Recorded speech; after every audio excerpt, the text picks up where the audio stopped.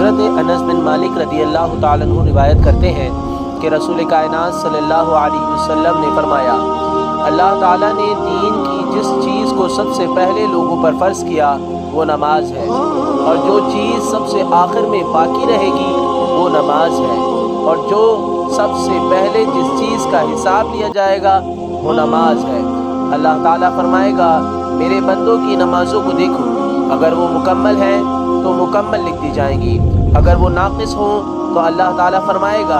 دیکھو کیا اس کے نوافل ہیں، اگر اس کے نوافل ہوں گے تو فرائض کی کمی نوافل سے پوری کر دی جائے گی۔ پھر فرمائے گا، دیکھو اس کی زکوٰۃ پوری ہے، اگر زکوٰۃ پوری ہو تو پوری لکھ دی جائے گی، اگر وہ ناقص ہو تو اللہ تعالیٰ فرمائے گا، دیکھو اس نے کوئی صدقہ کیا ہے، اگر اس نے صدقہ کیا ہوگا تو اس صدقے سے اس کی زکوٰۃ پوری کر دی جائے گی۔